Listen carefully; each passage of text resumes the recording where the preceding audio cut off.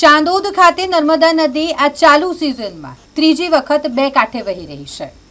ચાંદોદ ખાતે નર્મદા નદીનું જે જળસ્તર છે તે સતત વધી રહ્યું છે। નદીમાં પાણીની આવક થઈ રહી છે। એની પાછળનું કારણ છે સરદાર સરોવર ડેમમાંથી પાણી છોડવામાં આવ્યું છે। સરદાર સરોવર ડેમના દરવાજા ખોલી નર્મદા નદીમાં પાણી છોડવામાં આવ્યું છે અને જેના કારણે ચાંદોદ ખાતે નર્મદા નદી આ સિઝનમાં ત્રીજી વાર બે કાંઠે વહેતી થઈ છે। પ્રસિદ્ધ મલ્હારરાવ ઘાટના પગથિયા વિશે વાત કરીએ તો 108 પગથિયા પૈકી 92 પગથિયા પાણીમાં ગરકાવ થયા છે। સંપૂર્ણપણે ઘાટ ડૂબે તે માટે 16 પગથિયા જ પાણીનું લેવલ નીચે છે। 16 પગથિયા દૂર છે આ સંપૂર્ણ ઘાટ ડૂબવા માટે। હાલ જે રીતે સતત જળસ્તર વધી રહ્યું છે, ઉપરવાસમાં સતત વરસાદ વરસી રહ્યો છે, ગત રાતથી ચાંદોદમાં પણ વરસાદ વરસી રહ્યો છે અને તેના કારણે નર્મદા નદીના જળસ્તરમાં પણ વધારો નોંધાયો છે। ઉપરવાસમાંથી જ્યારે ભારે વરસાદ વરસતો હોય અને સરદાર સરોવર ડેમના દરવાજા ખોલ્યા હોય એટલે કાંઠા વિસ્તારના ગામોને એલર્ટ કરી દેવામાં આવ્યા છે।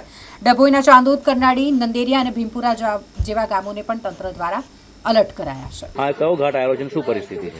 ચંદ્રિકા ઘાટ ડેમનું પાણી છોડવાથી પૂર વધારે આવ્યું છે અને અહીંયા આગળ કોટફળિયા ચંદ્રિકા ઘાટનું એ ખરું ને નાળું, ત્યાં પણ પાણી આવી ગયું છે। આપણા પાણી ક્યાં ફરી વળે? પાણી નાળા પાસે છે, કેવું ફર્યું કહેવાય? કોટફળિયા ચંદ્રિકા ઘાટ।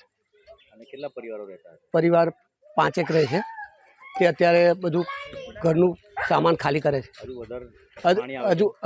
હજુ આવી શકે એવું લાગે છે, વધારે પાણી આવે તો શું સ્થિતિ? જેથી કરીને એમને સ્થળાંતર કરવું પડે।